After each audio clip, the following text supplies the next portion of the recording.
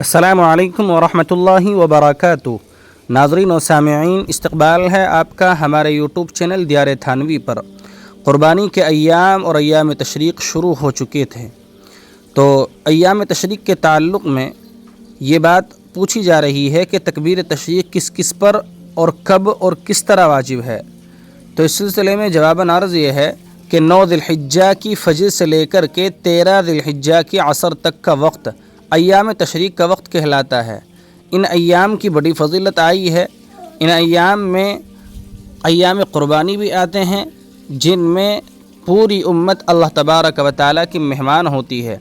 ان ایام میں ہر فرض نماز کے بعد مرد ہو، عورت ہو، امام ہو، چاہے مقتدی ہو، منفرد اکیلا نماز پڑھنے والا ہو، ہر ایک کے لیے تکبیر تشریق کا ایک مرتبہ پڑھنا واجب ہے۔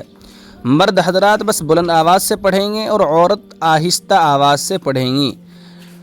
جہاں تک تعلق ہے مسبوق کا، مسبوق شخص جس کی کچھ رکعتیں چھوٹ گئی ہیں، سلام پھیرنے کے بعد وہ بھی تکبیر تشریق پڑھے گا۔ اس طرح کی مزید ویڈیو سننے کے لیے آپ ہمارے چینل دیار تھانوی کو سبسکرائب کر کے ضرور رکھیں۔ شکریہ، جزاکم اللہ خیرا و احسن الجزاء۔